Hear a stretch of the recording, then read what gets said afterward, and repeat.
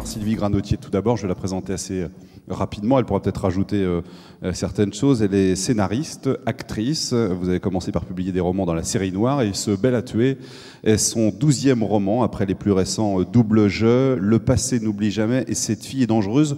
3 titres qui iraient d'ailleurs assez bien, je trouve, à ce livre Bel à tuer, hein, qui résume assez bien ce livre.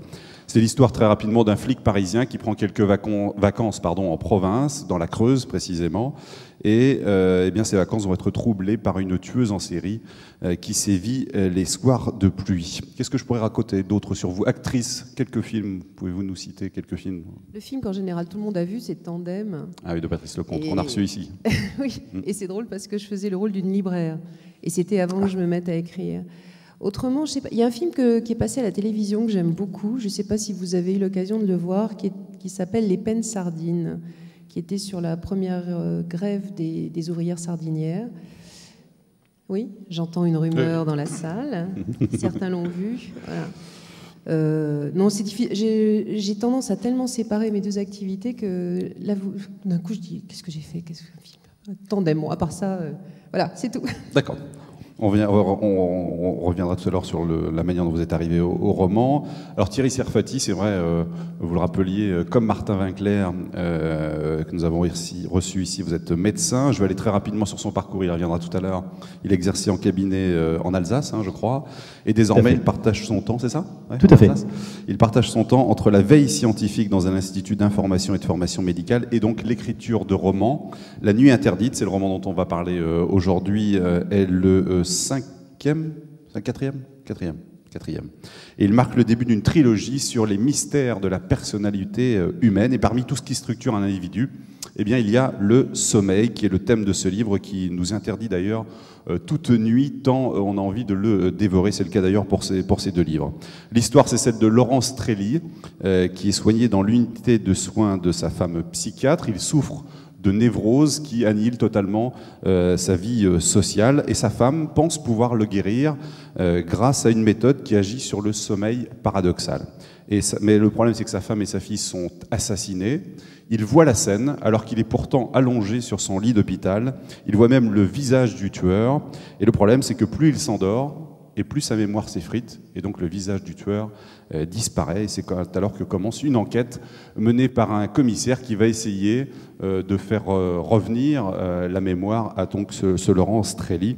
On va évidemment pas raconter de quelle manière, mais on va beaucoup parler de sommeil pendant cette conférence. Alors on va essayer de comprendre ce soir effectivement vos motivations, les petites ficelles aussi du roman psychologique, les techniques d'écriture. Mais d'abord, je voudrais savoir si l'un et l'autre, vous avez l'impression d'appartenir à une race, entre guillemets, d'auteurs un peu particuliers, celle des auteurs de thrillers et de romans psychologiques. Est-ce que vous vous sentez un peu à part dans la littérature en général?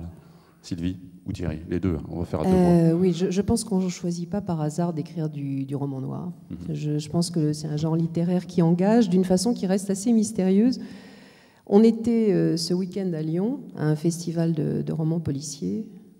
Et quand on se retrouve entre auteurs de polar, il se passe une chose très bizarre, quelque chose de presque tribal. Dieu sait que nous sommes tous très différents, on vient d'horizons différents, on écrit des romans très différents, on a des succès différents. Quelque chose nous réunit, sur lequel je n'ai pas encore réussi à mettre vraiment un doigt précis, mais qui a, je pense, à faire avec une certaine violence, une certaine idée de la transgression, mais aussi, d'un point de vue littéraire, le rattachement au genre romanesque, dans ce qu'il a eu de plus illustre, c'est-à-dire le roman du 19e. Je pense qu'au 19e siècle, on écrivait des romans souvent de forme feuilletonesque, il s'agissait d'attraper le lecteur, de ne plus le lâcher. On racontait des histoires. En racontant des histoires, on en racontait parfois plus. Et puis, bon, ça, on ne va pas refaire l'histoire de la littérature au XXe siècle, mais en tout cas en France, le roman s'est un peu coupé de ces racines-là. Il est devenu assez élitiste, il y a eu le passage par l'autofiction, et puis il y a eu, comme le petit Gaulois qui résiste du fond de son village, le polar, qui a continué à raconter des histoires, et dans un genre, et ça c'est quelque chose que je revendique vraiment violemment pour le coup, dans un genre populaire. L'idée étant de toucher un public le plus large possible avec des niveaux de lecture. Moi, quand j'ai commencé à lire des polars, c'est ça que j'adorais dans le polar, c'est le fait d'être pris par une histoire, par un suspense, de pouvoir le lire même quand j'avais 42 fièvres et que j'étais un peu démoralisée, fatiguée, n'importe quoi. Mais les grands romans noirs, et il y en a qui resteront, à mon avis, qui feront date dans la littérature, il y a des arrière-plans, il y a des niveaux de lecture différents, et c'est très riche. Et les auteurs français, j'allais dire, reprennent la main après de très grands noms du roman noir, parce que la littérature anglo-saxonne dans ce domaine-là était quand même très présente, elle l'est encore beaucoup aujourd'hui. Vous avez l'impression qu'il y a une génération là qui émerge, dont vous faites partie d'ailleurs tous les deux, enfin émerge, vous êtes à votre 12e roman, Sylvie, mais bon, vous connaissez un certain succès, et l'un et l'autre. Thierry? Alors, bon, j'aime beaucoup Sylvie Granotier, mais ce que j'aime particulièrement quand on est interviewé ensemble, c'est que sur une même question, on a des avis radicalement différents. C'est formidable. D'accord, c'est parfait. Donc moi, j'étais avec elle à Lyon, et effectivement, au départ, on peut se dire que c'est très corporatiste. Hein. Ouais. Mais ça ne me choque pas parce que je suis médecin, les médecins sont comme ça, ils aiment bien, ils aiment les éléments qui les fédèrent, qui les rassemblent, les petits points communs, comme ça, nous sommes une race à part. Ouais. Les polars, c'est la même chose. C'est une race à part, mais il y a plein de sous-races. C'est-à-dire qu'en fait, il y a vraiment des individualités et des personnalités très différentes, et finalement, on se rend compte qu'ils ont tous leur identité, et c'est ce qui émerge. Alors, je réponds en même temps à votre première et à votre deuxième question. Vous parliez vous me demandiez si on avait l'impression d'être des cas un petit peu à part dans le genre et tout. Je pense que, en fait, c'est la notion de genre qui disparaît, et ça, c'est très bien. C'est-à-dire que ça a disparu il y a un bout de temps déjà dans les pays anglo-saxons. C'est-à-dire qu'en Angleterre, les auteurs de polar sont des auteurs avant d'être quelque chose dans le polar. Et on ne les distingue plus comme ça, on ne les met plus dans une case, dans un grand sac avec tous les auteurs de polar dedans, en disant « Tiens, tu as lu un polar, je ne sais plus très bien son nom, mais c'était drôlement sympa. » Maintenant, c'est l'inverse. Et là-bas, ils ont de véritables identités. Et en France, ça arrive enfin. Il faut dire que maintenant, dans le polar, il y a de tout. On voit des gens qui viennent de partout et de n'importe où. Et je peux vous dire que c'est vrai que ça s'aventure aussi dans des territoires complètement différents. On va avoir du polar scientifique, du polar psychologique, du polar quelque chose de plus noir, un polar qui va plutôt historique. Il y a différents, ce qui fait que des tas de personnalités émergent, et donc c'est plus individualisé. Et je crois que chaque auteur de polar a sa place maintenant en tant qu'auteur. Mais ce qui vous oui, c'est lui. Oui, moi je suis effectivement là-dessus absolument pas d'accord, parce que je défends le genre. Je pense que même aux États-Unis, les gens ne s'y trompent pas. C'est-à-dire, il y a des moments où on achète un polar, il y a des moments où on a envie de lire un polar et pas un autre type de livre. Et ça crée une identité, qu'on le veuille ou non. J'avais parlé avec des bibliothécaires, je ne sais pas s'il y en a dans la salle. Il y a eu un grand débat à un moment dans les bibliothèques. Est-ce qu'on allait faire un rayon polar ou est-ce qu'on allait mixer le polar au milieu de la littérature générale ? Dans les bibliothèques où ils ont mixé, ça a créé un vrai manque. Parce qu'il y a des moments où on va au polar. Parce que c'est ça qu'on a envie de lire à ce moment. Et ça fera toujours, qu'on le veuille ou non, un genre. Alors que ça ne fasse pas une tribu, effectivement, une caste d'auteurs, sans doute, mais le genre, je pense, perdurera. Est-ce que le point commun que vous avez tous, c'est pas finalement d'être attiré par le côté un peu sombre de vos contemporains? Thierry? Je crois qu'on explore effectivement des zones d'ombre. C'est évident. Je trouve que le polar n'a pas peur de se faire peur. Alors c'est vraiment ça. Et le but d'ailleurs, c'est de dévoiler des choses qu'on ne verra pas ailleurs, dévoiler des choses qui nous entourent. En plus, c'est un genre qui explore l'extérieur, qui se tourne, qui fait un tour sur lui-même, 360 degrés. C'est vraiment un phare comme ça qui essaie d'éclairer, puis ça retombe dans la nuit, puis la lumière repasse de nouveau, on aperçoit quelque chose, puis ça repart. C'est vraiment un effet comme ça permanent, et à chaque fois que la lumière balaye un endroit, il y a quelque chose de nouveau qui apparaît. Et ça, c'est toujours très troublant pour les gens, mais en tout cas, c'est vraiment le genre, si jamais on veut encore parler de genre, c'est le genre de l'exploration. Et c'est ça ce qui me plaît. C'est vraiment de l'exploration, mais l'exploration des autres. C'est pas forcément un regard nombriliste qui est porté sur soi-même, en se disant, eh bien voilà, aujourd'hui vous êtes très nombreux et je vais vous parler de quelque chose de fascinant, c'est-à-dire c'est moi. Ça, je trouve que c'est un petit peu, je trouve que c'est réducteur. Et c'est ce à quoi en général échappe le polar, et c'est pour ça que le polar plaît tant. C'est parce que dans le polar, on ne vous parle pas de nous, on vous parle de vous. On vous parle de ce dans quoi vous vivez, on vous parle également de tout ce qui vous fait peur, des choses qu'on n'aborde pas, des choses que la santé par exemple n'abordera pas et que vous allez découvrir, ou alors la psychologie. On va quand même parler de vous quelques secondes. Je voudrais que vous nous expliquiez un peu comment vous en êtes arrivés l'un et l'autre à écrire ces romans psychologiques. Vous, c'est par la traduction, hein, je crois, Sylvie, que vous en êtes arrivés. Oui, j'ai traduit par amour pour des textes que j'adorais, qui étaient des nouvelles américaines, qui n'ont rien à voir avec le polar et qui n'étaient pas publiés en France. Et j'avais envie de les partager. Et puis, bien m'en a pris, puisque c'est grâce à la rencontre avec cet auteur, qui s'appelle Grace d'ailleurs, Grace Pelley, qui, sans me mettre le pied à l'étrier, parce que je pense que ça marche jamais comme ça. On dit jamais à quelqu'un tu devrais écrire, ou quand on le dit c'est mauvais signe, je pense. L'écriture est quelque chose c'est un moteur très mystérieux et très personnel que personne ne peut vraiment déclencher parce qu'il faut qu'il soit là. Simplement, elle m'a en quelque sorte autorisée à passer à l'acte, comme si j'avais besoin qu'on me dise que ma petite voix, mon petit son de cloche méritait peut-être d'être entendu, ce qui, pour moi en tout cas, qui suis très impressionnée par la littérature et grande lectrice, était difficile. Quand j'ai commencé à écrire, le bonheur que j'en ai éprouvé et que je continue d'éprouver m'a fait penser que enfin j'étais là où je voulais être. Que finalement, cette place où je me trouvais, j'ai toute cette longue marche et ces longs détours et ces longs voyages m'amenaient là où je devais être.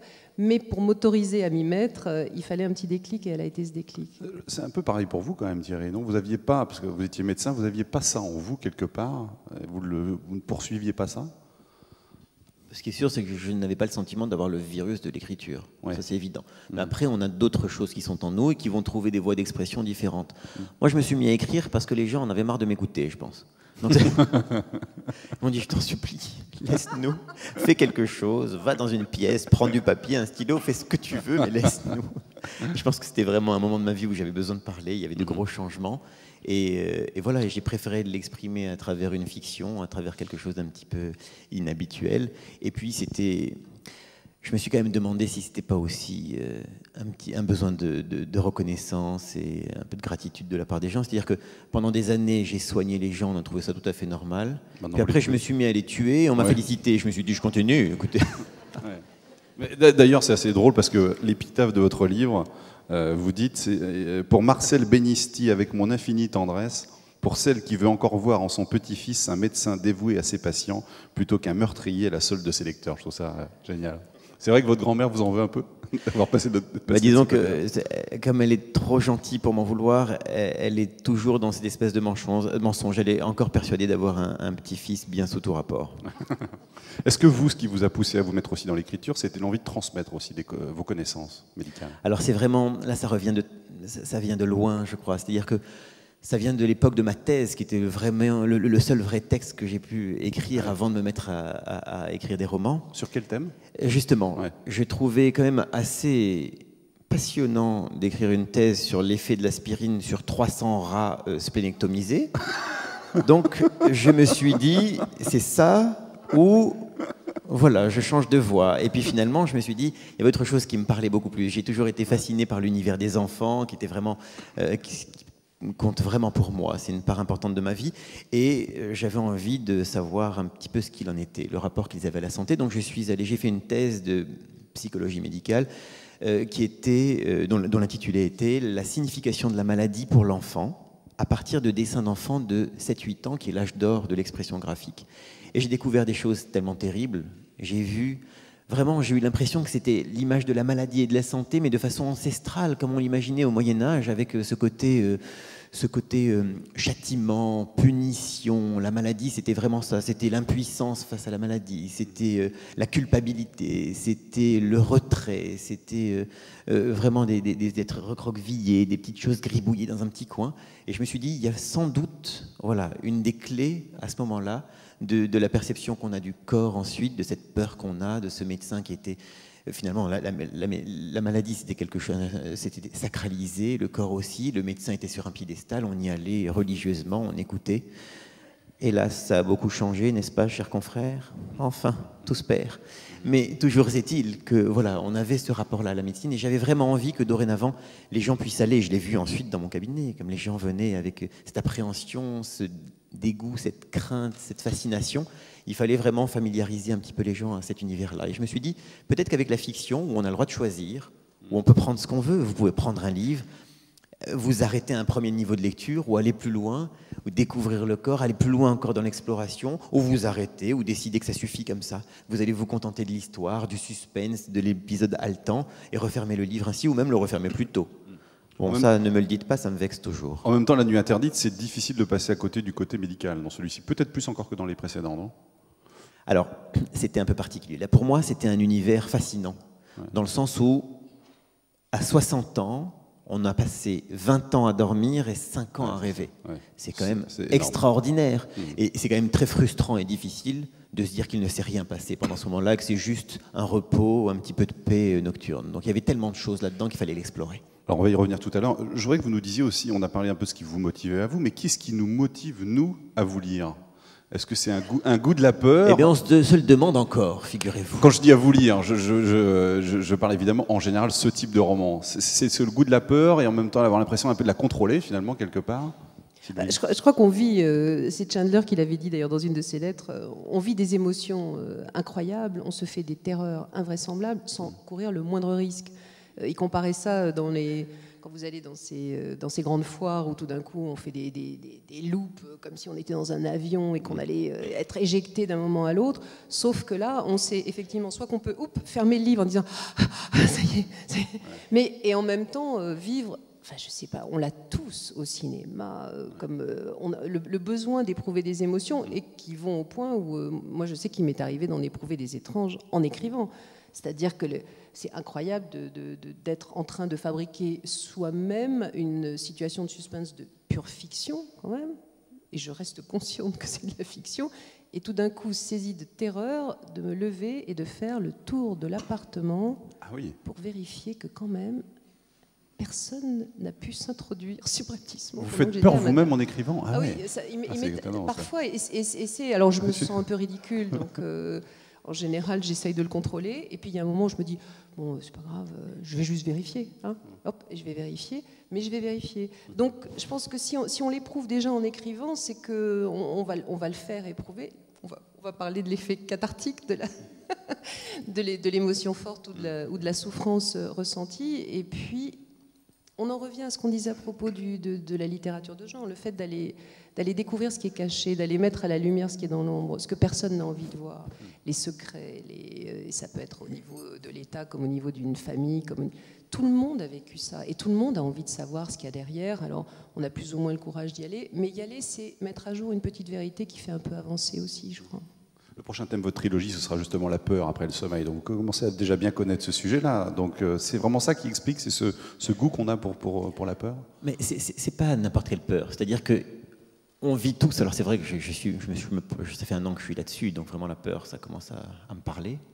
Mais je crois qu'on a tous des peurs et on a besoin d'ailleurs. Hein. La peur, c'est un moteur parfois. C'est ce qui a permis à certaines espèces de survivre, hein, puisque c'est la prémonition, la sensation du danger imminent qui nous permet de nous protéger. Mais en même temps, on vit en permanence avec des peurs qu'on ne contrôle pas. Et la peur incontrôlable, c'est ce qu'il y a quand même de plus désagréable, ce qu'il y a de plus frustrant. Alors que la magie d'un polar, c'est de s'offrir une peur qu'on peut contrôler. On sait que si on a trop peur, eh ben on referme, c'est fini. Puis on peut toujours se dire non. Alors, bien sûr, après, il y a tout le jeu de l'auteur qui consiste à ancrer les choses dans une réalité d'abord, pour qu'ensuite la peur semble fondée et qu'on ne sache plus où est la fiction, où est la réalité, c'est ça le but. Mais très souvent, en fait, voilà, la magie du roman, c'est de s'offrir une peur qui devient du coup une source de plaisir, qu'on peut contrôler, qui n'est plus comme ça quelque chose qu'on affronte de façon tout à fait passive. Vraiment, il y a les grandes épidémies, les choses comme ça, c'est toujours source d'angoisse collective dont on a besoin pour avancer, pour se faire poser des questions.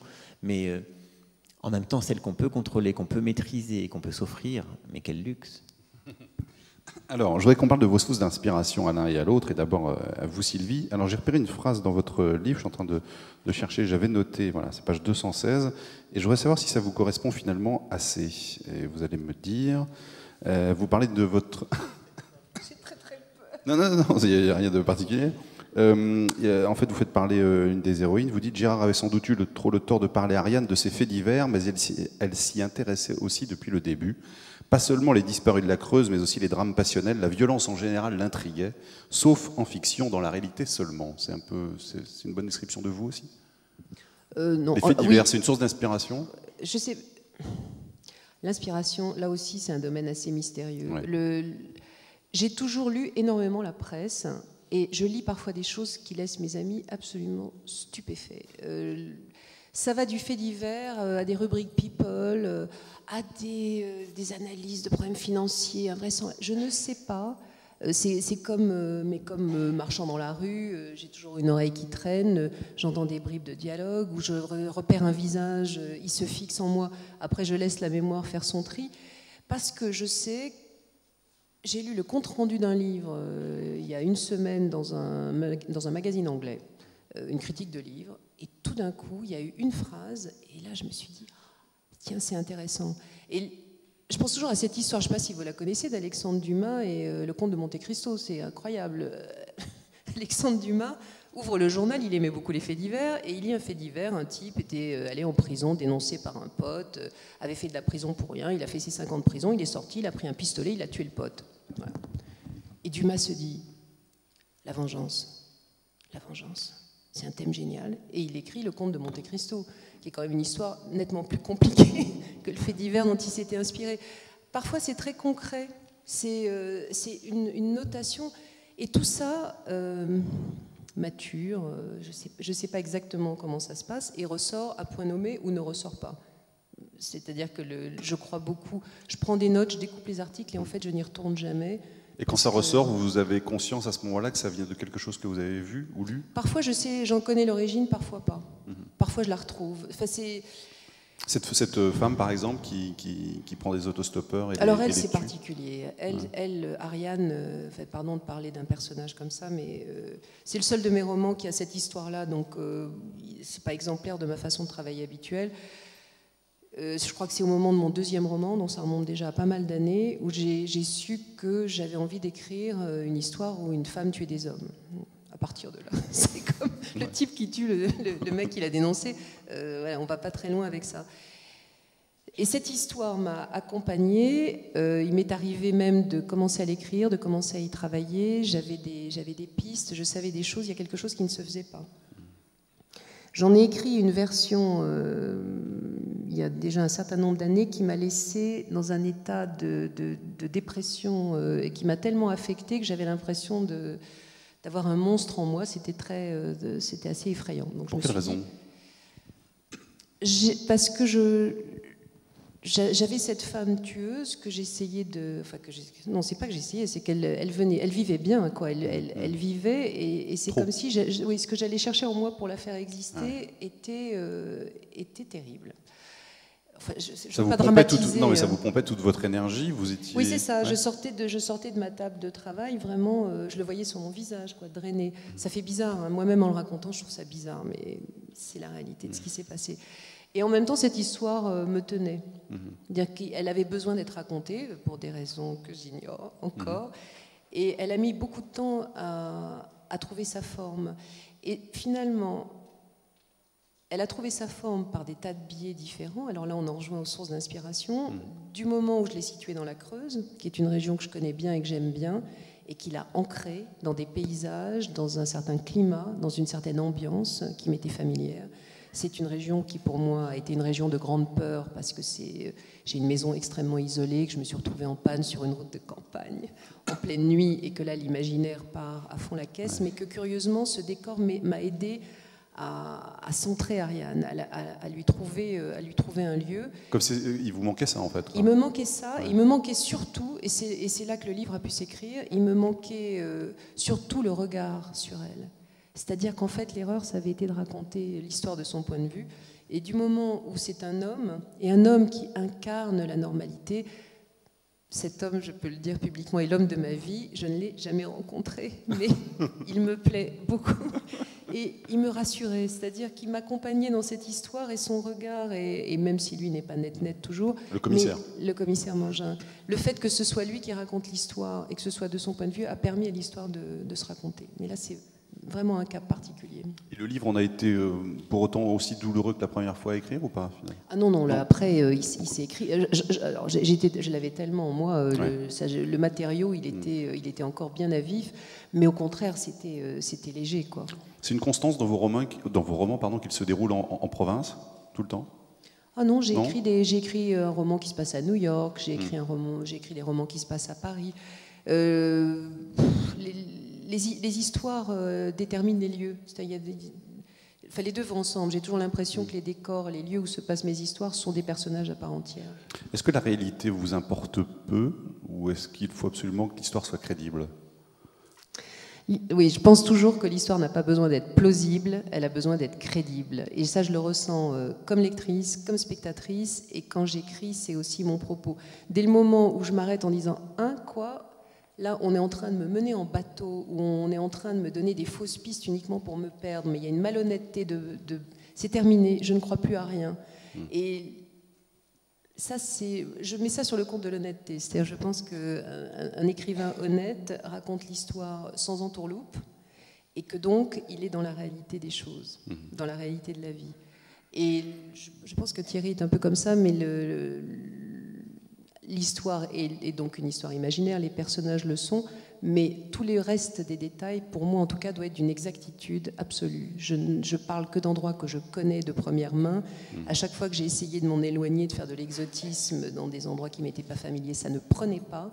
Donc je crois que l'ancrage dans cette réalité très concrète, ça me permet d'affirmer une réalité plausible. J'allais dire exactement la même chose pour Thierry, parce que c'est vrai, dans un de vos précédents romans, je crois que c'était le Gène de la révolte, il y avait un peu d'exotisme aussi, hein, ça partait dans les pays en Afrique, je crois, c'est ça ? C'est vrai. Ouais. Et là, vous êtes vraiment reconcentré sur une unité de lieu quasiment, hein, parce que ça se passe entre Paris et Marseille. Et parce que le thème s'y prêtait. C'est-à-dire que quand on traite du sommeil, c'est pas du tout la même chose que quand on traite de l'origine des gènes, de l'origine de l'homme, où on est obligé de partir dans des forêts primitives, où vraiment la géographie se prête en général. De toute façon, moi, je fais se plier la géographie à mes envies de voyage d'abord, parce que j'adore voyager, et donc ce sont en général des lieux que je connais très bien, et à la thématique qui est développée, oui, ça c'est sûr. Alors l'idée de cette trilogie, racontez-nous un petit peu cette trilogie sur l'individu, sur les plusieurs facettes. Alors c'est une telle trilogie que c'est une tétralogie. Ah, c'est une tétralogie. C'est tellement gros les trois qu'ils deviennent 4, c'est comme ça, il y a des gens qui prennent de l'espace. Donc il y aura 4 volumes, c'est-à-dire que 4 volumes. J'ai voulu me concentrer au départ sur le sommeil pour une raison bien particulière. C'est-à-dire que j'ai eu envie d'envisager la personnalité humaine en me disant, voilà, il faudrait l'envisager un petit peu autrement que la voie classique. On a voulu dire, c'est du tout acquis. Voilà. Pour tout le monde, effectivement, on a tous une personnalité. On est timide, on est au contraire extraverti, on est plutôt agressif, battant, peu importe. On a une personnalité, tout le monde trouve ça absolument normal. C'est comme des tas de choses dans la vie, et c'est un peu ce que je fais à travers mes livres. Maintenant, je m'intéresse à des choses qui nous paraissent évidentes et que j'essaye d'explorer en retournant les cartes, en essayant de voir ce qui se passe à l'ombre de cela. Alors, je me suis dit, la personnalité humaine, c'est presque trop simple pour être accepté ainsi. Donc, je me suis dit, il faut la découper, il faut essayer de l'approcher. Je l'ai approchée selon les 3 composantes essentielles, les 3 énergies qui nous habitent tous. C'est-à-dire qu'on a tous un rapport particulier à la peur, un rapport particulier à la douleur et un au désir. Et à travers le prisme de ces trois éléments-là, tout ce qu'on va vivre, et faites l'essai, vous verrez bien que tout ce qu'on va vivre va passer à travers ça, et selon la prédominance de l'une ou de l'autre dans notre personnalité, eh bien ça va changer les choses. Si c'est l'énergie de la peur, le rapport à la peur qui prédomine chez vous, vous allez être plutôt timide. Si jamais c'est plutôt celui de la douleur, mais dans une forme de résistance à la douleur, vous allez être battant, agressif. Si c'est l'inverse, une faible résistance, vous allez être plutôt dépressif et triste. Si jamais c'est le désir, vous allez avoir une personnalité plutôt séductrice. Et tout ça, ça existe chez vous. Vous avez une énergie qui va être plus prédominante par rapport à l'autre, ou 2, qui sait. En tout cas, vous avez une structure de ce type-là, qui est d'origine génétique, qui a votre vécu, tout influe. Et il faut bien faire reposer cette structure sur quelque chose pour la rééquilibrer tous les jours, puisque vous la sollicitez en permanence.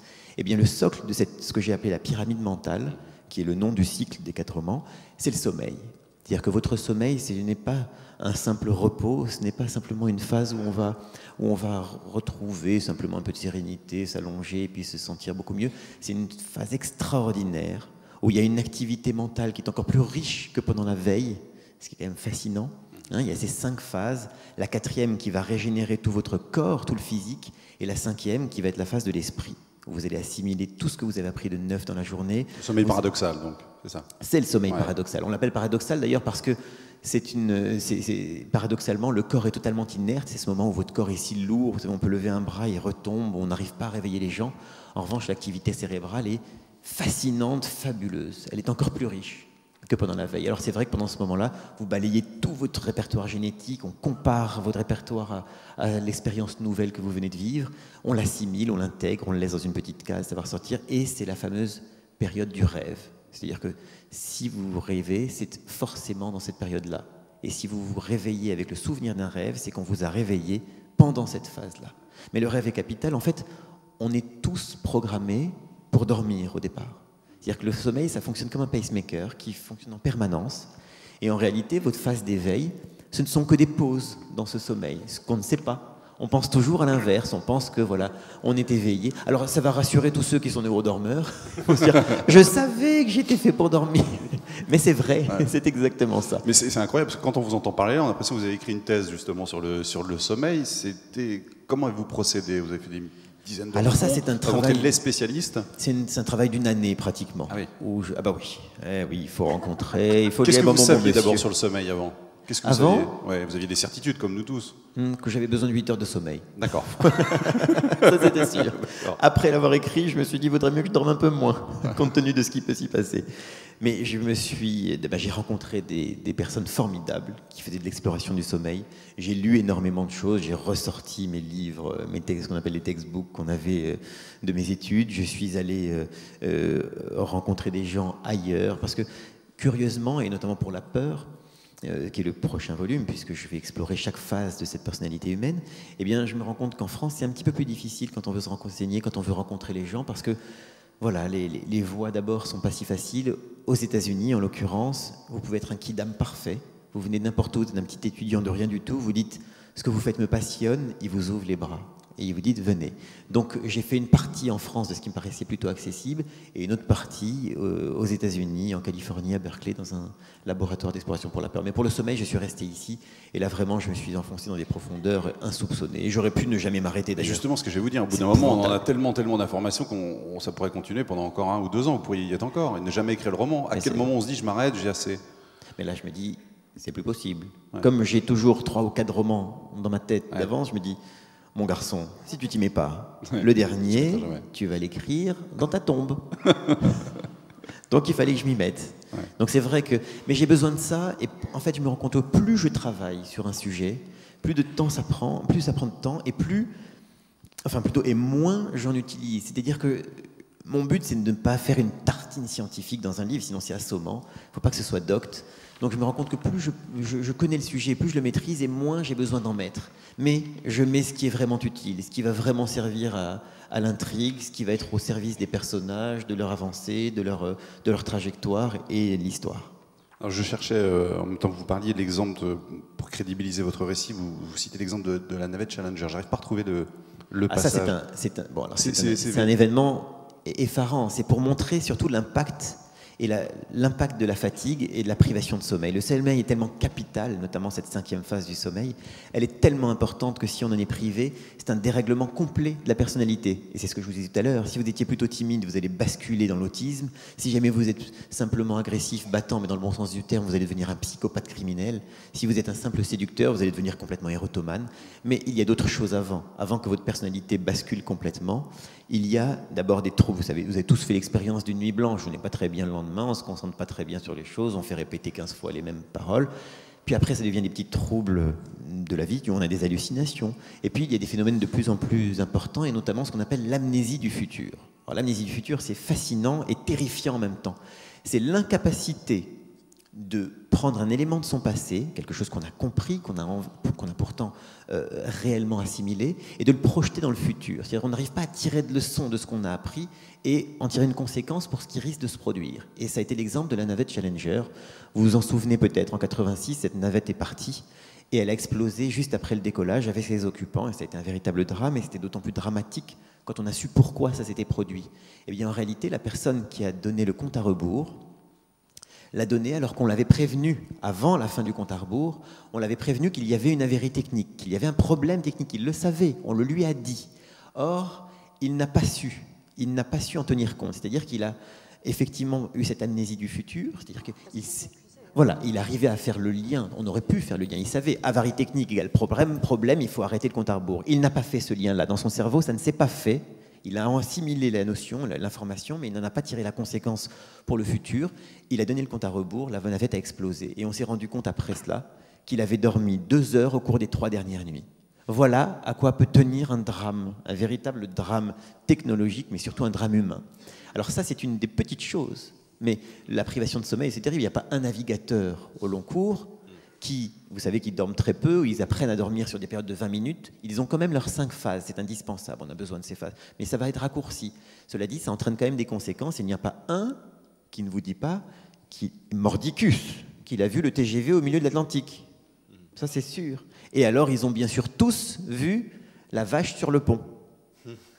C'est ce qui est quand même très courant. Mais alors, c'est dur comme fer. J'ai appris, par exemple, que lorsqu'on a envie de dormir, il suffit d'attendre un quart d'heure. Et si on passe cette phase, on peut retenir encore 2 heures. Alors c'est vrai que dans ce livre, effectivement, puisque l'enjeu c'est ça, il va falloir essayer de récupérer ce souvenir du meurtrier, ce visage du meurtrier qui est en chute libre dans un sommeil totalement dévasté. Il faut empêcher ce type de dormir pendant 3 jours, 3 nuits. Après ça, on ne peut plus. C'est la mort. On ne peut absolument pas tenir plus de 3 jours et 3 nuits. C'est pratiquement la limite. Après, c'est impossible. Vraiment, on est totalement dévasté au niveau psychologique, mental, physique, tout.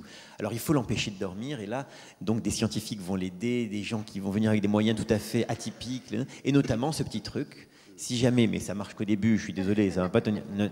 Ne prenez pas ça comme valeur absolue. Mais c'est vrai qu'au début, dans une certaine mesure, si vous voulez lutter contre la fatigue, dites-vous que si vous arrivez à lutter 15 minutes, vous avez 2 heures de répit ensuite.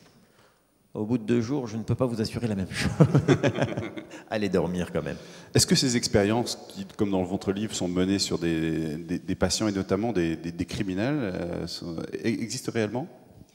Alors, il y a toute la base, donc tout ce qui est sommeil, tout ce qui est structure de sommeil, tout ce qui est conséquences, tout ce qui est utilisation d'un sommeil paradoxal, tout ça c'est vrai, oui. Alors, après les expérimentations pures, donc utiliser cette phase de l'esprit où tout est assimilé, on peut se dire que c'est une porte ouverte sur des progrès extraordinaires. On peut se dire qu'il suffit d'utiliser cette phase d'assimilation pour optimiser tout, et c'est ce que font les scientifiques dans ce livre, c'est-à-dire qu'ils font une thérapie le jour sur leurs patients, et la nuit, ils la réinjectent avec des images, avec le son pendant le sommeil paradoxal, en se disant, une pierre deux coups, vraiment, on va assimiler, on va réinjecter la chose, et en plus, ça va être d'autant mieux assimilé que c'est pendant le sommeil paradoxal. Cette technique-là, donc de thérapie couplée, que j'appelle la thérapie couplée, n'est pas pratiquée actuellement. On est en train de travailler sur l'utilisation du sommeil paradoxal. En revanche, ce qui est sûr, et c'est toujours le cas, c'est comme dans le précédent roman où je parlais des sectes de médecins, de tout tas d'expérimentations. Toutes les expérimentations, on en a vent lorsqu'il y a un problème. Alors les expérimentations, on sait que ça se produit partout, et heureusement, c'est indispensable pour les avancées, pour le progrès technique, progrès scientifique, il le faut. En revanche, les manipulations, donc les choses qui sont guidées par une malveillance, comment le savoir? On ne le sait que le jour où on voit effectivement des gens affirmer que effectivement la vache était sur le pont, et là on se pose des questions. Je fais juste une parenthèse sur vous disiez tout à l'heure, rendre crédible aussi le récit. Vous allez sur les lieux véritablement où se déroulent vos romans. Vous disiez que vous connaissiez bien la Creuse. Vous, Marseille, ça se passe en partie à Marseille. On voit que vous connaissez Marseille comme votre poche. Le Copenhague, l'Afrique. C'est vrai. Ouais. Non, mais c'est indispensable. Vous allez sur les lieux où. Ah, mais c'est nécessaire. Oui. Moi, j'y vais pas. Enfin, je les connais. C'est-à-dire que là, vous n'y retournez pas pour l'écriture. Non, j'en ai pas besoin parce que c'est le travail de mémoire dont je parlais tout à l'heure. J'ai l'impression que ça revient quand on en a besoin. Si ça revient pas, c'est qu'il y a un problème. Je peux éventuellement aller vérifier. Mais là, je vais faire l'expérience pour le prochain roman. J'ai une partie qui se passe à Shanghai où je n'ai jamais mis les pieds. J'y vais parce que je sais que je serai... Alors, certains peuvent peut-être y arriver, mais dans la façon dont moi je travaille, si j'ai pas éprouvé par moi-même la sensation d'arriver à Shanghai, de sortir de cet aéroport que je ne me représente même les pas, odeurs, j'ai vu les des bruits, photos, oui, c'est ça, tout. Ouais. Et les choses que moi je vais voir ne seront pas forcément celles qu'un autre aura vues ou dont un autre aura rendu compte. J'en ai besoin. Et je crois que je n'ai jamais rien écrit. J'ai vécu aux États-Unis, donc je m'en suis beaucoup servi parce que ça m'est extrêmement familier. Je ne me suis pas encore servi du Brésil, où j'ai pourtant vécu aussi. C'est pour le reste à venir. Et vous, Brésil, Marseille? Alors moi, curieusement, j'y suis toujours allé, c'est en général les endroits où j'ai vécu, et j'éprouve toujours le besoin, mais incontrôlable, d'y retourner après l'écriture du roman, ou au moins pour la fin. Alors La Nuit Interdite, les derniers chapitres, je les ai écrits au Brésil, puisqu'ils sont obligés de partir au Brésil pour le décalage horaire, pour tenir encore dernières heures, et puis découvrir une nuit complètement étrange aussi au Brésil. Mais je me suis réfugié, effectivement, j'étais dans un endroit perdu du nord-est, devant une baie vitrée, face à l'océan, dans une petite poussada. Ce sont les petites auberges brésiliennes, dans une zone totalement sauvage. J'ai eu besoin vraiment de le finir. Et voilà, Marseille, j'y suis retourné après aussi. Et j'ai été très troublé d'ailleurs. Parce que du coup, les lieux que je connaissais si bien, que j'avais vraiment exhumés de ma mémoire, ou j'avais simplement utilisé pour les précipiter dans le roman, du coup, ils prenaient une autre tonalité et je les vivais plus du tout de la même façon. J'ai eu du mal à monter à la bonne mer. Là, vous y voyez vos personnages, même quand vous prenez dans Marseille, dans les rues que vous décrivez? Vous voyez vos personnages à ce moment-là, quand vous y retournez après? je me demande en tout cas ce qui pouvait bien y faire. Quand vous commencez à écrire, quand vous mettez l'un et l'autre derrière votre table de travail, vous savez exactement où vous allez? Vous avez la trame précisément, ou est-ce que ça peut changer? Ça y est, je vais encore passer. Thierry, je crois, on m'a dit, mais chez Albin Michel, on m'a dit que vous remettiez un synopsis avant l'écriture, c'est vrai? Oh, mais ça, c'est la chose la plus souple que je puisse remettre, parce que par ailleurs, je suis pathologiquement atteint à l'égard de l'écriture, c'est-à-dire que oui, tout est réglé, mais c'est du papier à musique. Il faut que tout soit programmé, tout soit décrit, détaillé, à travers un plan très précis, du début jusqu'à la fin. Ça se présente comment en fait? C'est petit A, petit B. je voulais éviter, mais bon, vous allez y avoir droit et je pense que vous allez avoir 50 rangs qui vont reculer d'1 mètre. Vous allez voir. Alors moi j'imprime des feuilles selon un format très particulier. Je veux qu'il y ait une colonne de gauche, une colonne de droite.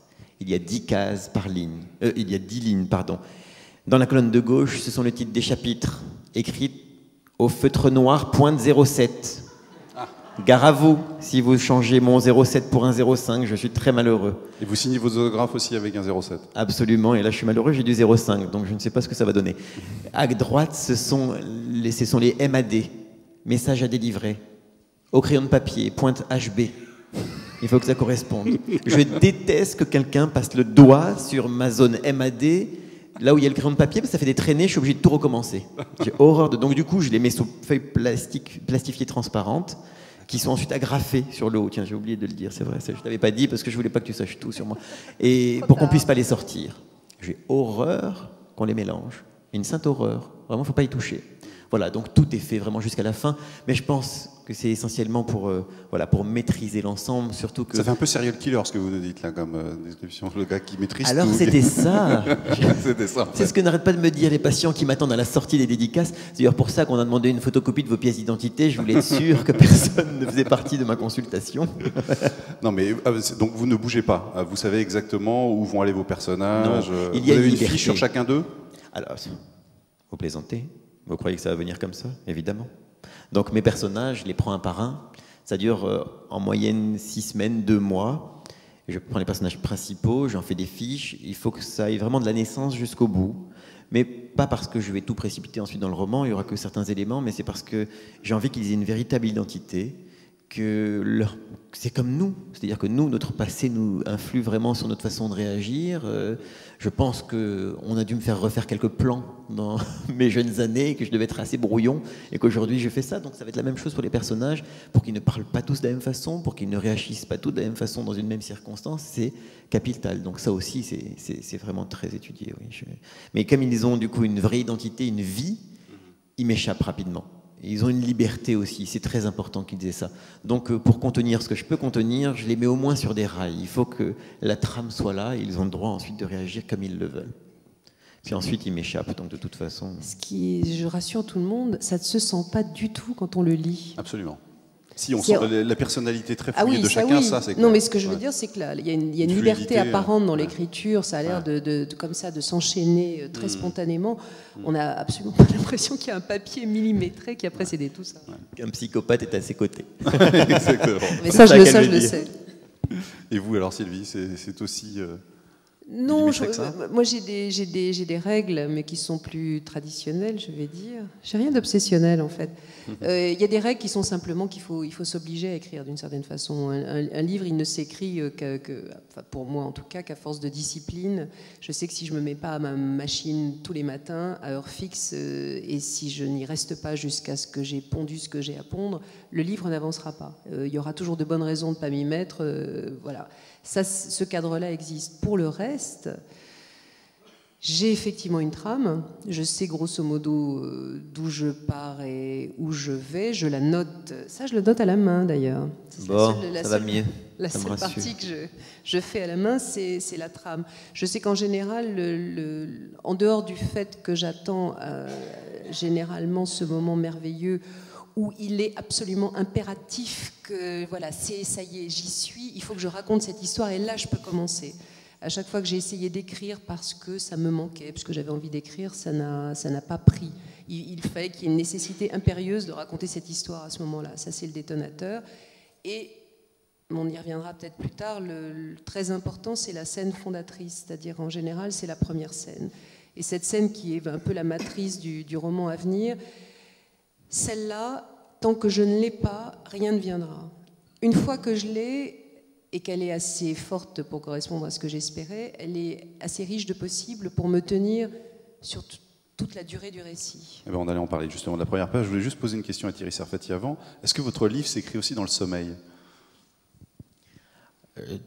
Maintenant que je sais ce qui se passe, vraiment, quand je connais la richesse du sommeil paradoxal, je suis convaincu que forcément tout ce que j'ai pu y mettre a été assimilé pendant cette phase-là. Je pense qu'il y a des choses que j'aurais voulu y mettre qui ont dû être engouffrées dans une partie de mon cerveau et mises à l'écart. Et puis voilà, mon cerveau était un petit peu libre de laisser ressortir ce qu'il faut. Voilà, on est un peu l'esclave de notre sommeil paradoxal. Vous pouvez vous réveiller le matin en vous disant « Ah ça, j'ai une idée, ça m'est venu, ça vous... » Alors le problème, c'est que 10 minutes après, je n'ai plus rien. Donc c'est un peu le problème de mon sommeil. Et d'ailleurs, beaucoup de gens ressentent ça. Hein. Un rêve, ça s'effrite et ça s'effiloche très très rapidement. Alors, justement, les premières pages, on va y venir maintenant. Sylvie, puisque vous êtes actrice, on va vous laisser, comédienne, on va vous laisser lire les premières pages de chacun d'entre vous. D'abord celle de Thierry, qui est très courte. Hein. C'est le premier chapitre. La dernière nuit, ce sont ces mots. Il résonne en elle comme un écho sans fin, il lui semble qu'il ricoche contre les parois de son crâne. La dernière nuit, il n'y en aura pas d'autre, et il n'en démordra pas, elle le sait. Elle a lu la détermination dans sa posture rigide, ce matin, dans son regard fixe, cette façon particulière de martyriser ses mains. Son pas martèle le sol. Les têtes se tournent, elle ne s'arrête pas, elle croise impatient, ses yeux vides traînent sur elle avec indifférence. Elle se sent transparente. Elle l'oublie aussitôt. Elle songe à l'homme, le sien, qu'elle a plongé dans cet univers insaisissable, enfermé dans ces pièces glacées. Quelque chose se tord en elle. Garder le cap, ne pas fléchir. Elle longe les couloirs, des cris montent et meurent derrière des portes. Un pan de sa blouse s'accroche à une poignée, elle tire sur le tissu d'un geste sec, elle entend la déchirure, elle avance. Oui, c'est la dernière nuit, et elle tiendra sa promesse. Oui, vous pouvez.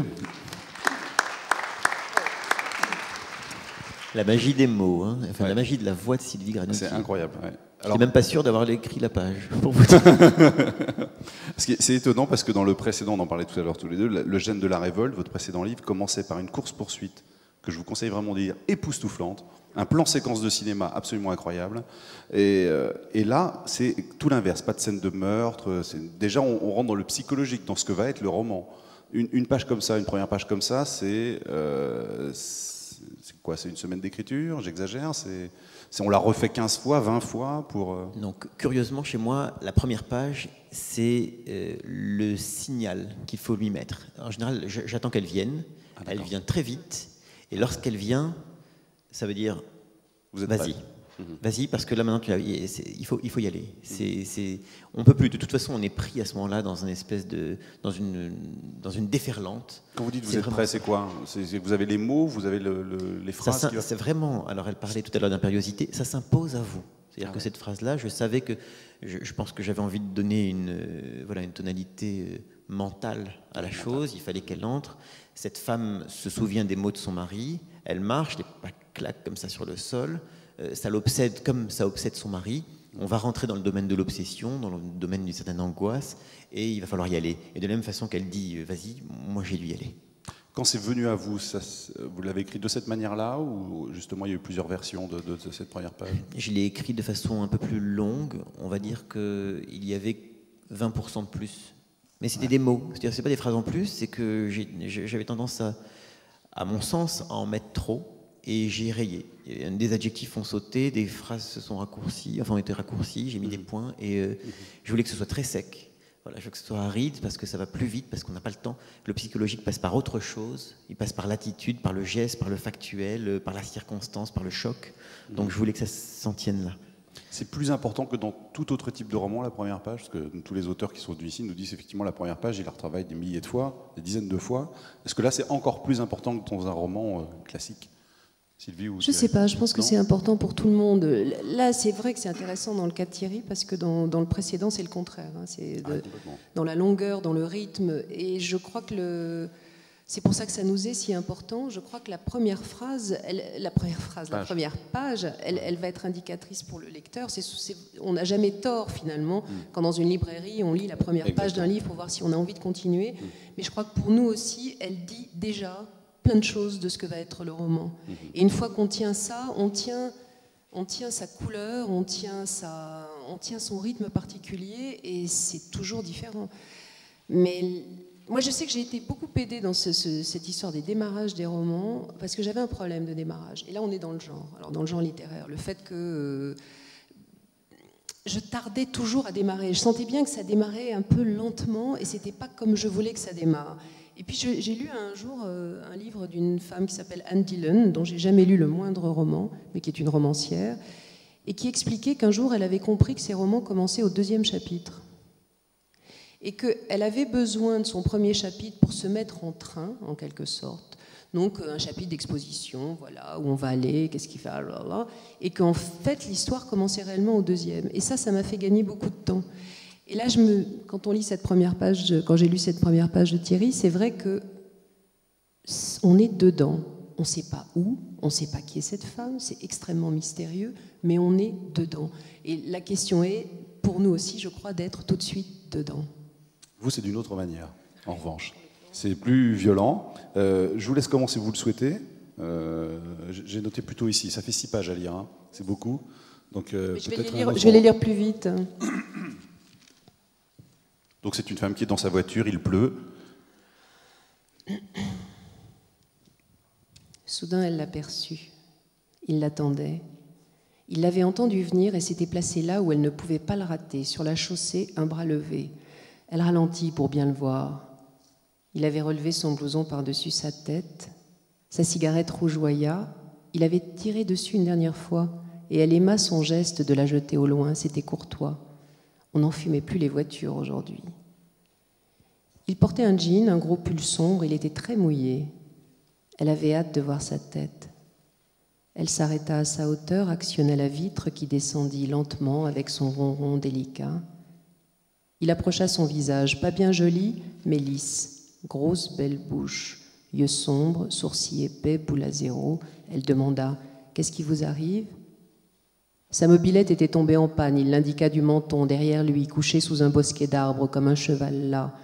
Il était très soulagé, il avait craint de devoir passer la nuit là. Pas une voiture n'était apparue depuis 1h30. Il rentrait chez lui, sur la route de Guéret, à une 30aine de kilomètres. Il ne demandait pas qu'elle le ramène, juste qu'elle le laisse à une cabine téléphonique. Il appellerait son pote chez qui il avait passé la soirée. Il ne devait pas encore dormir. Il pourrait charger la mob dans sa camionnette. Il n'avait pas envie de la laisser dehors toute la nuit. Il était bavard. Elle lui ouvrit la portière, lui recommanda de poser son blouson sur le siège arrière. Il respirait bruyamment, comme un homme. Son grand corps remplit la voiture d'un coup, sûr qu'on n'aurait pas pu caser la mob en plus. Elle lui demanda « Il habite où, votre ami ?» Elle n'écouta pas la réponse, fit semblant seulement, comme elle fit semblant de réfléchir, comme elle fit semblant de trouver enfin la solution qu'elle avait prévue depuis longtemps. Si cela ne l'ennuyait pas, elle devait déposer une lettre à une 10aine de kilomètres. C'était urgent. Après, elle ferait demi-tour et le ramènerait chez son ami. C'était sur sa route. Ce serait plus simple. Comme elle le savait, il n'avait pas le choix. Elle enclencha la première. Elle roula lentement, laissant les essuie-glaces et la pluie et le vent qui s'était levé jouer leur mélodie agaçante, car maintenant commençait l'exquise douleur qu'il fallait maîtriser. Il lui avait suffi de respirer l'odeur de l'homme pour que son ventre se creuse, qu'un poids écrase sa poitrine. Les picotements attaquèrent ses jambes, se faufilèrent entre ses cuisses. Le tracé d'un fer rouge monta très lentement, répandit la brûlure dans tout son corps. Elle était en 4e, elle allait trop vite, elle ralentit. « Vous auriez une cigarette pour moi ? Vous voulez bien me l'allumer ?» Elle laissa son regard glisser vers la flamme qui brièvement éclaira la barbe naissante, le nez camus, le regard idiot. Elle effleura ses doigts pour saisir la cigarette, de gros doigts, aux articulations épaisses à la peau rêche. Elle aimait la sensation des peaux rêches sur sa peau soyeuse. Elle aspira longuement, dégagea le premier bouton de son chemisier. « Il fait chaud ?» Elle avait changé de voix, rauque, timide. « Vous n'avez pas peur ?» Ce n'était pas une question qu'il lui posait, plutôt la marque d'un étonnement. Elle sourit. La peur, c'était ailleurs, dans le monde des autres. Pas ici, pas avec lui. Il lui demanda si elle était du coin. Il avait besoin de parler, besoin de banaliser une situation qui ne l'était pas, qu'il parle. Pas vraiment du coin, non. Et lui ? Elle sentit son regard ébahi. Ah oui, il le lui avait déjà dit. Elle rectifia sa question. Et lui, qu'est-ce qu'il faisait ? Maçon, apprenti maçon. Il était de Limoges, mais il aimait la campagne. Il vivait seul, louait une chambre à un agriculteur. Seul ? Elle lui sourit, irrésistible. Il se pencha, elle retint son souffle. Mais il se contenta de tapoter le cadran qui indiquait le niveau d'essence. L'icône clignotait, attention à la panne. Elle rit comme d'une blague partagée. Il plissa les yeux d'un air qu'il croyait malin. Elle remonta sa jupe sur ses cuisses, écrasa sa cigarette dans le cendrier. Grésillement du feu qui résiste à peine dans un dernier embrasement. De la voix de l'homme, elle n'entendait plus qu'un murmure qui amplifiait le silence rempli des bruits du désir. Elle vit un sentier se profiler sur sa droite, je crois que c'est par là. Elle tourna trop vite. Ils furent secoués de chaos. Elle freina trop vite aussi, cala. Il essaya de voir dans le noir, le front collé à la vitre. « Vous êtes sûr ?» Elle dit non, fit claquer sa ceinture, se tourna vers lui, répéta non en reculant son siège, accrocha le regard de son passager, ne le lâcha plus. En général, ça suffisait. Il se racla la gorge. Il fallait rester passive en dépit de l'impatience. Bouge, bouge, elle le cravachait dans sa tête. Elle était trop belle pour lui, mais c'est lui qu'elle voulait, c'était clair, non ? Elle bascula le buste vers lui, se souvint de ne pas faire tout le travail à sa place. Il lui attrapa un sein, maladroitement, mais ce fut suffisant pour que la bête s'éveille en elle, sorte sa grosse tête gluante. Allez, qu'on en finisse. Il se détourna pour jeter sa cigarette. Elle préférait les hommes sans visage. Elle lui saisit la nuque et fit pivoter sa tête jusqu'à ce que leurs deux bouches se touchent. Elle appuya, s'enfonça en lui, paupières closes, verrouillées. Elle ne voulait plus voir, juste sentir, trouver sa peau sous le pull, ne pas s'énerver de sa maladresse, l'aider à reculer son siège, défaire son ceinturon, hisser son pull, le laisser achever le mouvement seul pendant qu'elle se déboutonnait avant de se coller à lui, poitrine contre torse, baisser le frein à main, puis descendre entre les cuisses de l'homme pendant qu'il se laissait aller en arrière, immobile, soudain, profiteur, passif. Elle n'avait pas besoin de son aide pour être prête, tout en elle était prêt. Elle se redressa, bascula sur lui à califourchon. Ça ne marchait pas, il était pâteau, le maçon. Elle s'énerva, le cloua des bras et se concentra sur la petite sensation naissante qu'elle fit monter, grandir, hurlant quand enfin l'explosion la délivra d'elle-même. Moment bref de la vie, une mort qui se profilait comme un fantôme convoité et disparu, à peine aperçu. Elle s'entendit crier encore, mais déjà la lassitude était là tandis qu'elle réintégrait sa peau, son petit sac de viscères tout froid, sa sinistre enveloppe de glace. Elle devina qu'il grommelait un de protestation. Il la fit basculer brutalement sur son siège à elle en un embrouillamini de bras, de jambes, de vêtements interposés, désordre et répugnance. Quand enfin il se fut aplati sur elle, qui plissait le visage, fermait la bouche, les yeux, le nez, il s'acharna, ânant, soufflant, jusqu'au râle final, un gros rose satisfait. Elle avait essayé de résister. Sincèrement. Mais le voile rouge était tombé sur elle, la remplissant d'une rage glaciale qui bandait chacun de ses muscles, lui injectant une force capable d'exploser chaque artère, chaque veine de son corps. Elle tâtonna sur le tapis derrière elle, trouva le manche en bois, l'agrippa. De la main gauche, elle ouvrit la portière et, le prenant par surprise, d'une poussée violente, projeta l'homme dehors. Il s'écrasa dans la boue, ahuri, et quand il tenta de se redresser, quand il fut bien à sa portée, Elle donna de l'élan à son bras et abattit le marteau emmailloté de tissu sur le crâne de l'homme. Il se toucha la tête là où le sang avait jailli et elle dut lever le bras une deuxième fois, y mettant tout son cœur, et le marteau retomba, poussé par un « han » furieux venu du fond des âges. L'homme ne bougeait plus. Elle attendit et se recroquevilla tout à coup, vidée de son énergie au bord du tremblement, la peur succédant à la violence. Non, la fin, peut-être?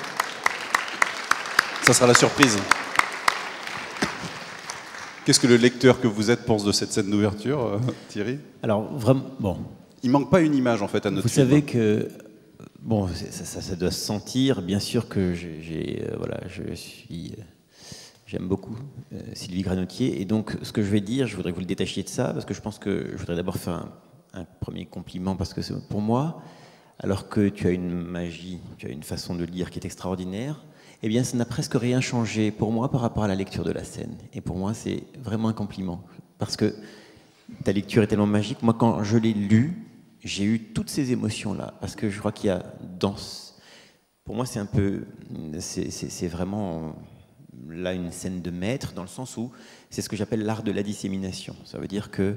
Ça, c'est très médical peut-être comme terme. C'est-à-dire qu'en une scène, elle a enclenché tous les ressorts de son roman qui vont partir en même temps. Et c'est ça qui est fort. C'est-à-dire que les choses qui s'enchaînent progressivement, une histoire qui est obligée d'enchaîner une autre, comme une autre, l'effet cascade, c'est quelque chose qui n'est pas toujours efficace.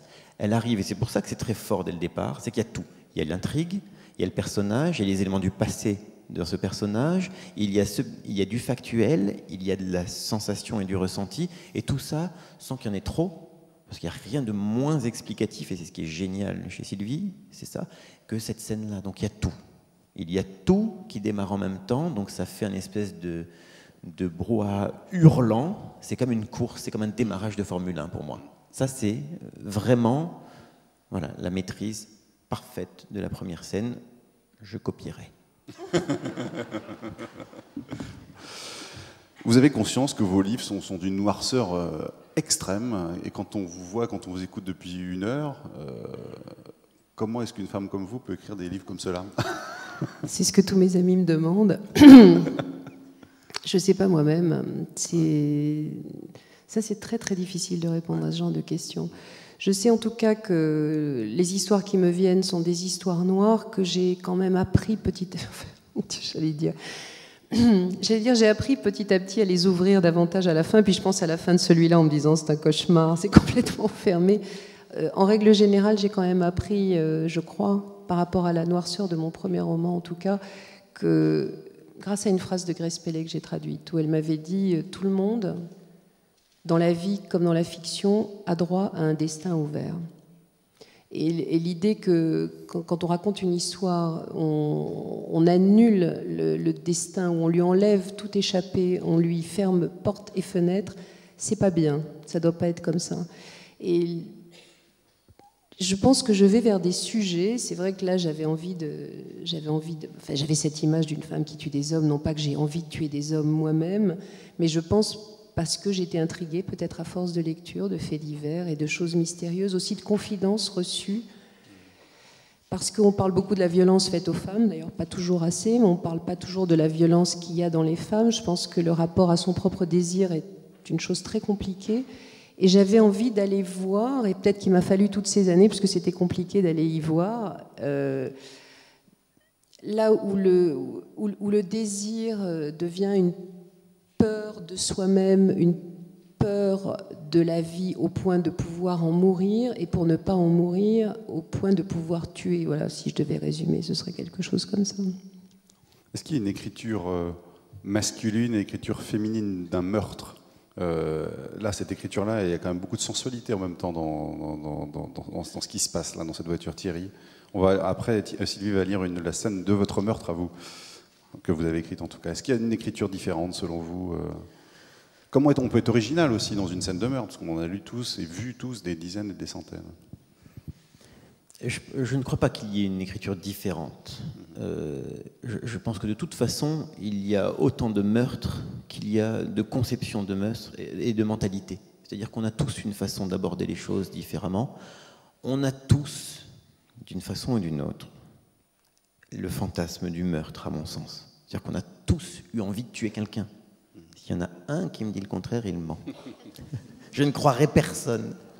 Encore moins les médecins. Donc méfiez-vous.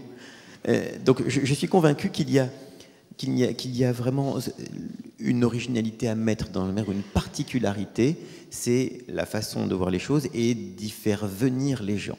C'est-à-dire qu'une personne ou un personnage va être motivé pour commettre un meurtre, le mobile du meurtre, ou vraiment ce qui va créer cette envie comme ça, soit cette impériosité. Regardez, dans le cas de la scène d'entrée de Sylvie, cette femme, c'est vraiment, elle dit bien à un moment donné, j'ai voulu contrôler, j'ai essayé, mais voilà. Alors on ne sait pas si elle parle du rapport physique. Au début, moi, j'ai cru que c'était ça. On ne sait pas si... Et ce n'est que lorsqu'elle tue que je comprends qu'elle parlait aussi, ou peut-être, d'ailleurs, c'est à moi de choisir, puisque Sylvie l'a écrit. Moi, je suis le lecteur, j'en fais ce que je veux de ce roman. Donc après, j'y vois plutôt le fait de ne pas avoir réussi à contrôler le passage du désir physique au meurtre, etc. Donc on peut y voir tout ce qu'on veut. Et je crois que ce qui fait l'originalité, la vraie originalité d'un meurtre, c'est la façon dont on le lit. Donc c'est vous qui faites l'originalité d'un meurtre, c'est vous qui vous l'appropriez, c'est vous qui pouvez transposer et faire ce que vous voulez avec, y précipiter votre voisine irascible, le chien de votre autre voisine, etc. Donc vous pouvez faire ce que vous voulez avec, et c'est ça, la vraie originalité d'un meurtre, c'est la lecture multiple qu'on peut faire, parce que moi je crois vraiment à la participation active du lecteur dans l'écriture d'un roman, en tout cas dans le déroulement des choses. En tout cas, votre scène, c'est d'ouverture, est exactement dans la tonalité du livre, c'est-à-dire qu'elle n'est pas terrifiante, elle est inquiétante en fait. Hein, et c'est extrêmement bien réussi. Alors je vais vous mettre encore à contribution, Sylvie, pour lire les scènes donc écrites par Thierry, qui sont plus courtes hein, là aussi. Alors c'est une écriture très cinématographique, vous allez le voir, on imagine la caméra subjective. C'est donc Laurence Trelli qui est dans son lit d'hôpital, qui, alors qu'il est en pleine expérience, hein, c'est ça? Enfin, non, il n'est pas en pleine expérience. Il est juste allongé dans son lit et il voit en fait le meurtre de sa femme et de sa fille. Ensuite, on va le retrouver, qui essaye d'aller les secourir. Comme ça? C'était bien. Le contre le menton, c'est le truc qui marche très bien. Voilà. Peut-être n'était-ce qu'un craquement anodin dans la maison. Stéphania se releva et s'immobilisa, ruisselante. Plus un bruit. Elle sortit de la baignoire, saisit le peignoir et s'en enveloppa. Elle essuya le cadran de sa montre posé près d'elle. Il était 20h20. Elle épia le silence quelques secondes encore. Décidément, le stress lui jouait des tours. Elle brancha le sèche-cheveux sur la prise électrique et dirigea le souffle sur le miroir embué. Son visage apparut, rougi par la chaleur. Elle se pencha pour examiner les ridules qui cernaient ses yeux aux commissures. Elle pressa un tube et déposa une noisette de crème sur la pulpe de son index. Elle ferma les yeux et se mit à masser ses paupières. Juste au moment où elle aurait pu voir le mouvement dans son dos, la porte qui s'ouvre, le visage qui entre dans le champ de réflexion du miroir, en arrière-plan, la main qui s'avance, débranche le sèche-cheveux et éteint la lumière. Elle entendit un souffle, une sorte de rire, ne sentit que le contact glacé sur sa nuque. Elle n'eut même pas le temps d'avoir peur. Une nuit sans nuages. Une lueur blanche, lunaire, découpe la silhouette sur les murs. L'ombre qui sort de la salle de bain enjambe le corps de la femme, traverse le couloir et pousse la porte de la première chambre, en haut de l'escalier, à gauche. Au milieu de la pièce, le lit de l'enfant. Elle dort maintenant. Le corps est légèrement de biais. Léa suce son pouce. Un pas en avant, le parquet craque. Léa sursaute mais ne se réveille pas. Un autre pas. Une main gantée s'empare d'une peluche. La lumière dessine un halo pâle sur le nourrisson. La main cherche l'angle, la position idéale, se balance au-dessus de la tête et finit par presser la peluche contre la tempe. Le petit corps se contracte.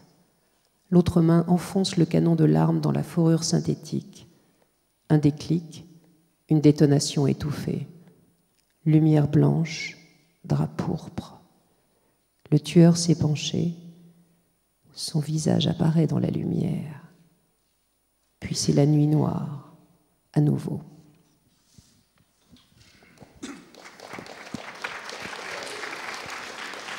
Alors, croyez-moi, j'adore les enfants. C'est vrai que c'est cinématographique. Enfin, vous qui lisez des scénarios, quand il dit lumière... Non, les scénarios sont jamais écrits comme ça. Jamais. Non, c'est l'image. Ce qui est formidable, je pense qu'il y a vraiment une influence entre le cinéma et le roman policier en particulier. Mais ce qui fait qu'on a l'impression de voir un film, c'est qu'on voit l'image. Le scénario, c'est d'une écriture très très plate. C'est quand il dit lumière blanche, drap pourpre. Ça, j'aime bien Oui. ces deux... Mais c'est vraiment littéraire au meilleur sens du terme. Ouais. C'est-à-dire qu'il y a déjà, même dans la rapidité de la phrase, non, les scénarios sont d'une écriture très ennuyeuse en général. Ah, d'accord. Très bien. Donc là, c'était pas le cas du tout. Je ne vais pas vous faire lire l'autre scène où Laurent s'échappe. On va aussi vous la laisser. Alors moi, c'est étonnant parce que vous l'avez lu pas du tout de la manière dont moi je l'ai lu en fait. Moi, je l'ai lu plus rapidement en fait cette scène-là, alors qu'effectivement, je trouve qu'elle a beaucoup plus d'intensité. De cette manière. Je l'ai lu comme je l'ai lu la première fois que j'ai lu le livre, ouais. C'est-à-dire je l'ai senti et je me rappelle, et arrivé à l'enfant, je me disais non. Il peut pas y aller, c'est pas possible, il va pas faire ça. Pas Thierry, je le connais, jamais il osera.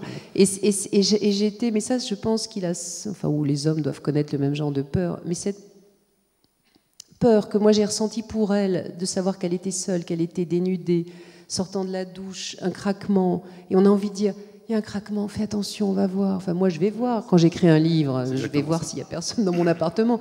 Et donc, j'ai eu envie de le lire comme je l'avais ressenti, c'est-à-dire dans l'attente de là, et très doux. Je trouve que c'est une scène de meurtre très douce.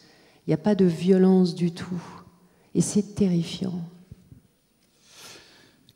Quels sont les petits trucs que vous avez l'un et l'autre pour garder notre attention? Par exemple, je vois chez Thierry, il y a toujours des fins de chapitre avec le petit indice qui se dévoile juste sur la dernière phrase. Et puis après, vous passez ensuite vous revenez sur un autre personnage, puis vous nous laissez patienter en attendant de savoir la suite de l'autre. Quelles sont les petites ficelles que vous avez les uns les autres? Elles sont peut-être communes pour certaines. Thierry? Alors, je le fais patiemment. Je vous jure, monsieur, j'ai pas fait exprès. Mais il se trouve qu'effectivement, bon, là j'avais opté délibérément, au début très naturellement, puis après je me suis dit ça fonctionne, donc j'avais opté pour des chapitres courts. Ouais. Mais parce que je voulais que les choses soient telle une scansion, comme ça, comme un rythme, avec des chapitres un peu comme ça, où les choses s'affolaient un peu, comme le... Il y a une urgence d'ailleurs pour voilà, lui. Hein. Et c'était le reflet un peu de ce qui se passait dans le cerveau de ce type, et dans le cerveau de tous ceux qui vont partir de cette femme qui est assez attachante, cette Marseillaise qui va être embarquée dans l'histoire pour essayer de récupérer ce souvenir chez ce type, etc. Donc je voulais vraiment qu'il y ait un découpage rapide, sec, rêche, il fallait que ça aille vite, il fallait que ça commence à partir dans tous les sens, qu'on ait l'impression que dans l'écriture, même s'il y avait une trame qui était très nette, vous l'avez compris, qui était bien tracée, et il fallait vraiment qu'on ait un peu le reflet de cette activité affolée au niveau mental, au niveau cérébral. Après, c'est vrai que j'aime bien faire ce qu'on appelle un peu les petits cliffhanger, comme ça, à la fin, la petite chose qui reste en suspens en fin de chapitre, parce que je n'aime pas les chutes, je n'aime pas l'écriture en dents de scie. Donc j'ai besoin que ça soit encore... C'est un petit peu... Voilà, mais ça me fait penser aux électrocardiogrammes, vous voyez, où il y a des superpositions d'activités, où à peine ça redescend, ça repart sur une autre, puis ça repart sur une autre. Voilà, c'est comme si on avait superposé des images les unes après les autres, et que l'une se raccroche à l'autre comme ça avant que la précédente ne finisse. C'est vrai qu'on a des trucs comme ça, mais il y a surtout des... J'avoue que je n'ai pas de petits trucs d'écriture, j'ai plus des petits tics d'atmosphère qui ensuite me conduisent à ça. Alors moi, j'écris essentiellement la nuit. La nuit? La nuit. Ah, d'accord. Moi, j'ai besoin d'écrire la nuit. D'abord parce que j'ai peur de m'endormir. Et puis surtout parce que c'est un univers, moi, qui me sort complètement de mon quotidien, de mes habitudes. Je peux me lever sinon 500 fois pour aller au réfrigérateur. Ensuite, je vais répondre en bas, puis je vois un petit oiseau qui passe, et ensuite je téléphone. La nuit, c'est complètement différent. Mais ça, je le tiens déjà de mes études. Ma première année de médecine, je m'en souviens, j'avais d'autres raisons d'être pris pour un fou, mais en plus, Je travaillais de jour, je n'avais pas le choix, parce que j'avais cours le lendemain, et je tirais mes volets en pleine journée pour faire l'obscurité dans ma pièce, pour ensuite allumer une lampe de bureau. Là, vous ne faites pas l'obscurité, vous travaillez vraiment Je travaille la nuit. D'accord. Là, au contraire, les volets sont ouverts. Je veux vraiment savoir qu'à l'entour, tout s'est arrêté et que je suis, voilà, qu'il n'y a plus rien qui puisse me perturber, que je suis le seul élément en train d'avancer sur quelque chose de calme, de paisible. Et là, les éléments ressortent beaucoup plus. Je pense que c'est voilà, je l'ai pris tel un tic maintenant et voilà, je le fais à certaines heures. En plus, je vis dans une atmosphère particulière. Je vis dans un couvent. Oui. C'est ça. Vous vivez dans un couvent? Oui, c'est mon côté ecclésiastique, sans doute. J'ai un tout petit peu plus de cheveux, mais c'est tout. Mais sinon, voilà. Alors, c'était vraiment... Mais c'était un couvent de bénédictines. Voilà. Et je vis dans le jardin du couvent. Donc, c'est un endroit assez doux, assez paisible. Et je trouve que ça donne un contraste extraordinaire avec les choses la violence terrifiantes ou les choses prenantes. Parce que c'est pas forcément avec le sang. Il y a très peu de sang dans mes livres, en général. La violence vient d'autre chose. Il y a plutôt une violence psychologique, une violence des sentiments. En Gêne de la révolte, il y avait quelques scènes un peu très dures, peu. On peut bien en plier quelques-uns, tout de même. Écoutez, vous n'allez pas nous voler nos morts. Sylvie, vous, comment vous retenez l'attention? Parce que dans ce livre, la résolution de meurtre, j'allais dire, elle est presque anecdotique.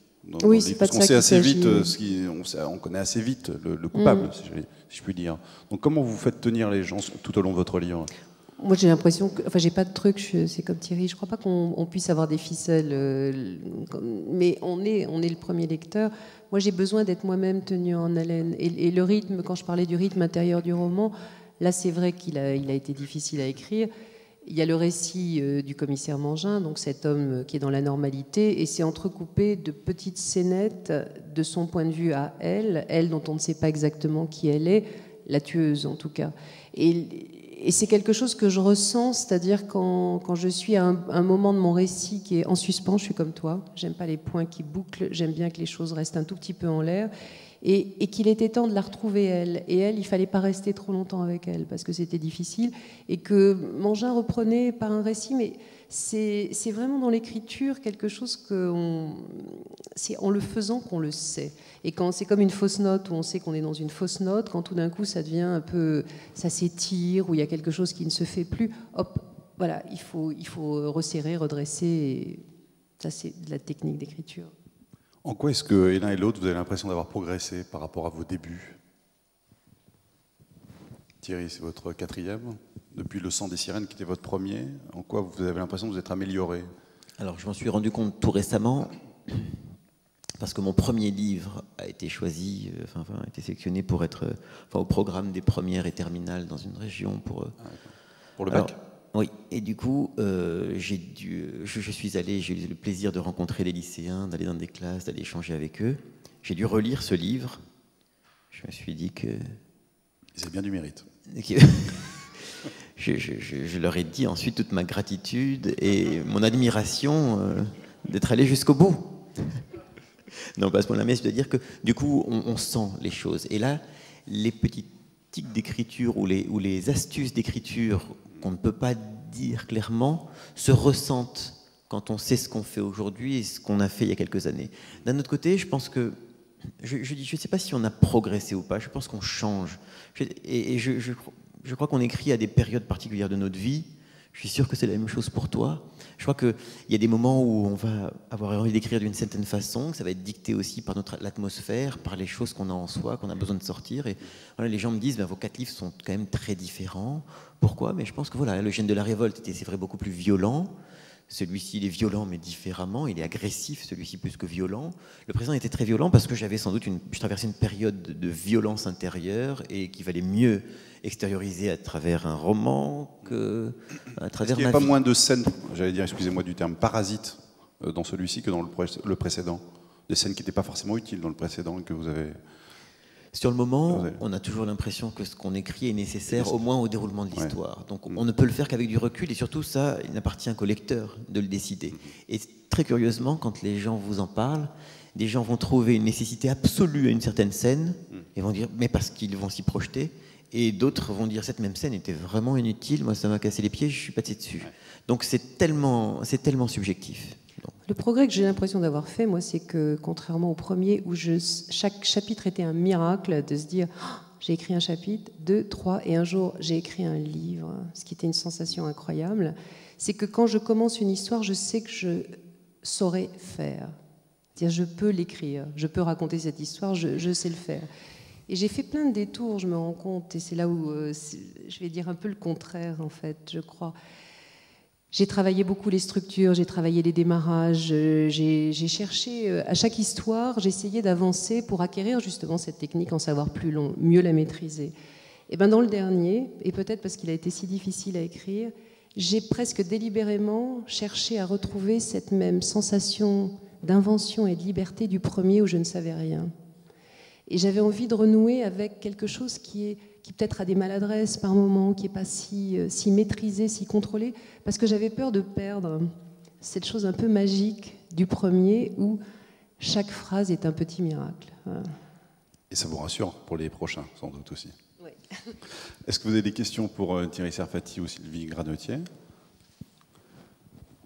Oui, on va vous apporter un micro, je vous en prie.